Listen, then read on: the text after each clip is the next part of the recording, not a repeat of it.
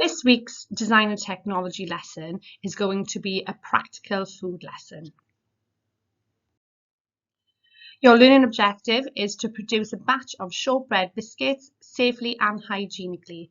Now, if you do not have the ingredients to make the shortbread biscuits, I don't mind if you make another dish. Okay, so it can be any dish that you wish to make. It could be a lunch that you make for yourself or your family. It could be a dinner that you make for yourself or your family. But the idea is that you produce a dish that is done hygienically and safely. So, cooking at home rules then. Please make sure, first of all, you have permission from an adult when completing these tasks.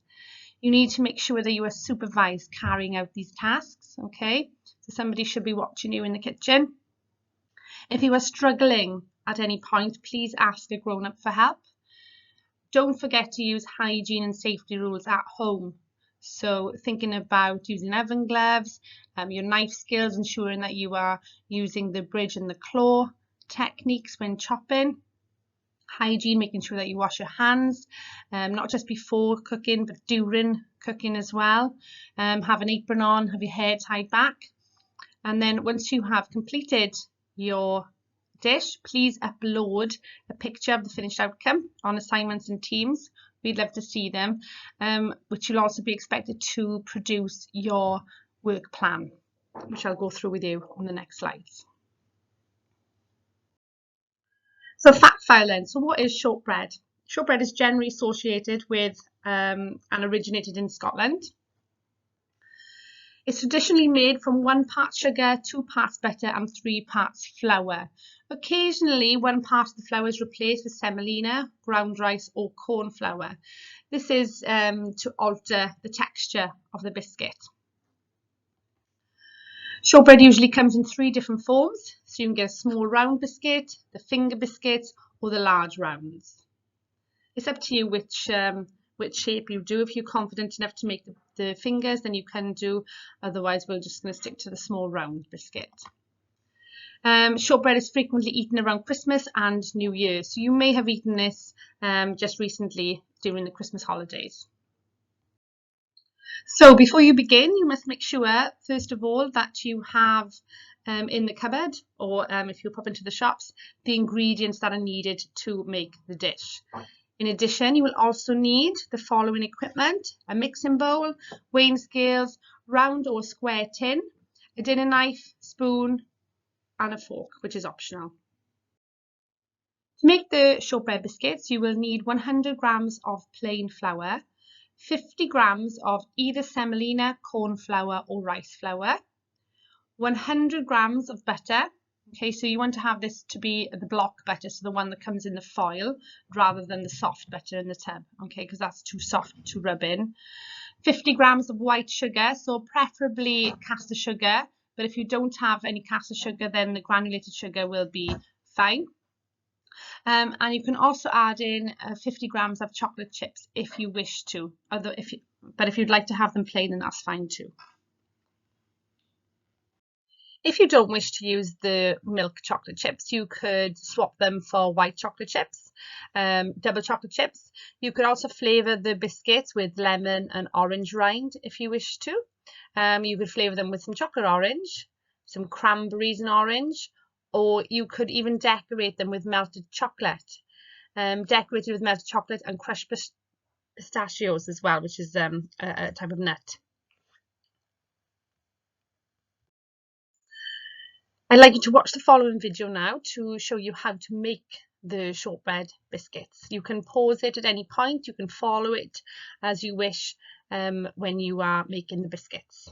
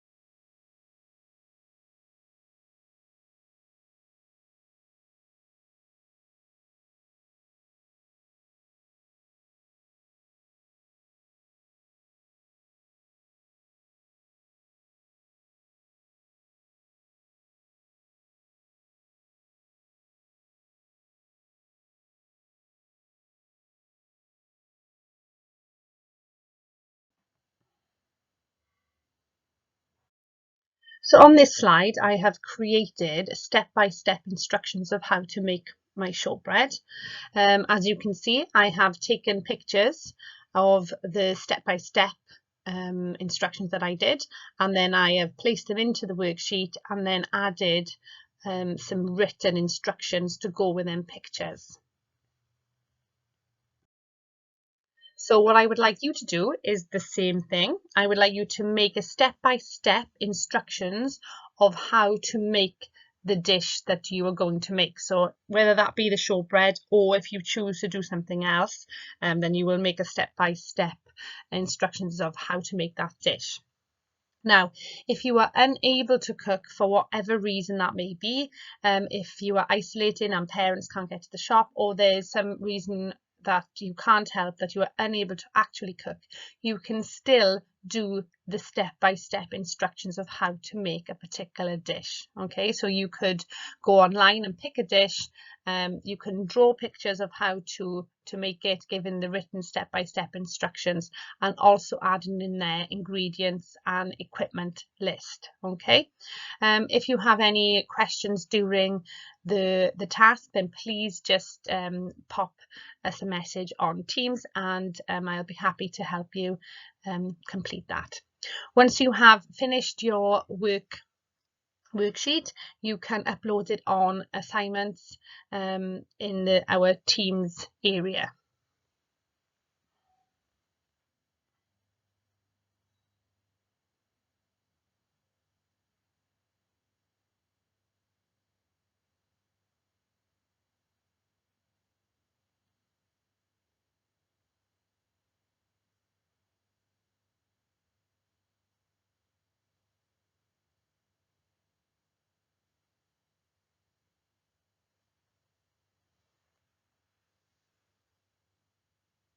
When you're greasing your tin, just make sure you take some butter. You can use a bit of greaseproof paper to just smear the butter onto the tin. The greaseproof paper, you will need to cut around the tin to make sure it's the right size, and just cut it with the scissors. As you can see, I've placed it into the tin just to get some of the butter onto it. Then I've turned it over and secured it by just pressing it down and making sure that there's no air underneath it.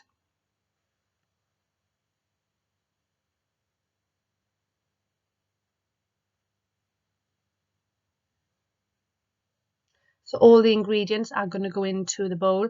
As you can see, I've chopped my butter into small cubes. This will really help when it comes to me rubbing in the butter into the rest of the dried ingredients.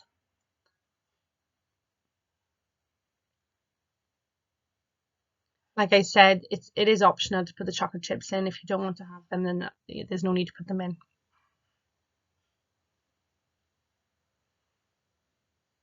It's important that you keep your fingertips nice and cool while you're doing this. You are rubbing in with your fingertips, remember, not with the palms of your hand. If you do it with the palms of your hand, the butter will melt and it will start to form a dough, and we don't want that to happen too early. So keep rubbing in with your fingertips, making sure that you go right underneath, collecting all the ingredients and really mixing that in. So really rub, with some force with your fingers. It will start to form a dough once it's been rubbed for a few minutes.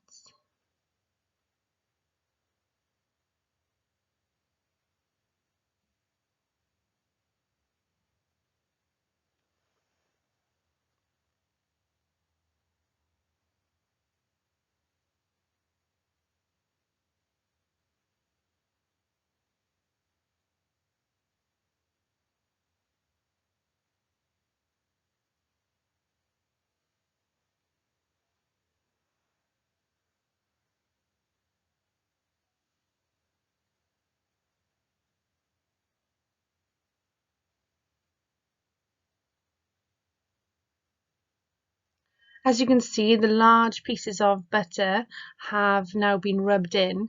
You need to make sure that there are no big chunks of butter left in there. So just have a little shake through the bowl to make sure. Once you're sure that all the big lumps of butter have gone, you can squeeze the dough together. You can see I've got one hand on the bowl to keep the bowl in place, and then I'm using the force of my body to squeeze down to make sure that all that ingredients is compact together. And we're going to knead the mixture then to form the dough. Okay, so really push in and pull in that dough to make sure that it's all combined together. So then you're going to take the dough, pop it into your tin. It can be a square tin, doesn't have to be a round tin, and press it down with your fingers and with the palm of your hand to try and get that nice and flat.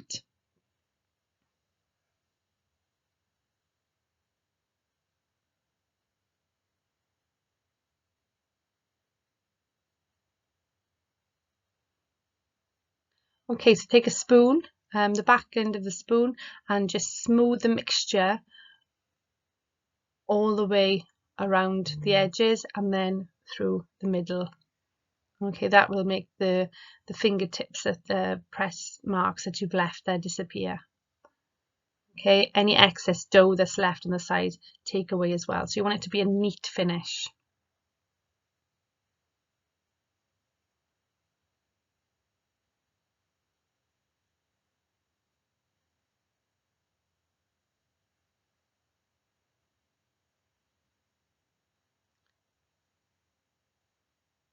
Right, you want to flute the edges now with your thumb. Okay, so just take the tin at an angle, just go around the sides and just press your thumb in there to make an indentation.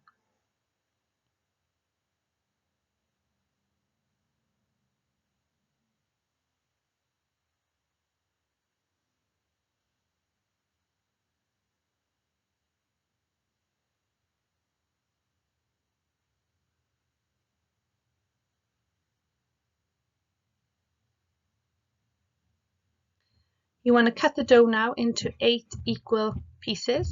Okay, this is done before cooking as it makes the biscuit neater. If we tried to cut this after, then the biscuit would snap and you wouldn't get a perfect edge. Okay, so you can see that I've cut it in half and then half the other way and then into each section into halves again. Okay, then you need to pierce each slice 3 times with a fork. Okay, this allows a nice even bake, but also adds a nice bit of decoration to the biscuits.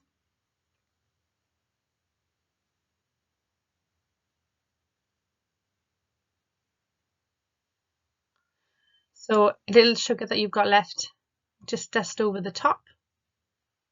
And then we're going to bake this in the oven at 180 degrees for 25 minutes. You'll need to cut into the 8 slices that you've previously cut earlier and leave to cool in the tin for 15 minutes.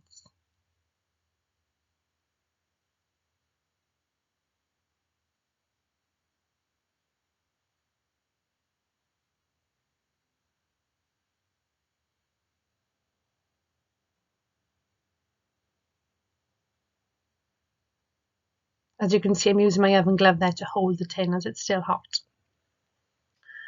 Once it's cooled, you can turn it out onto a cooling rack and then enjoy.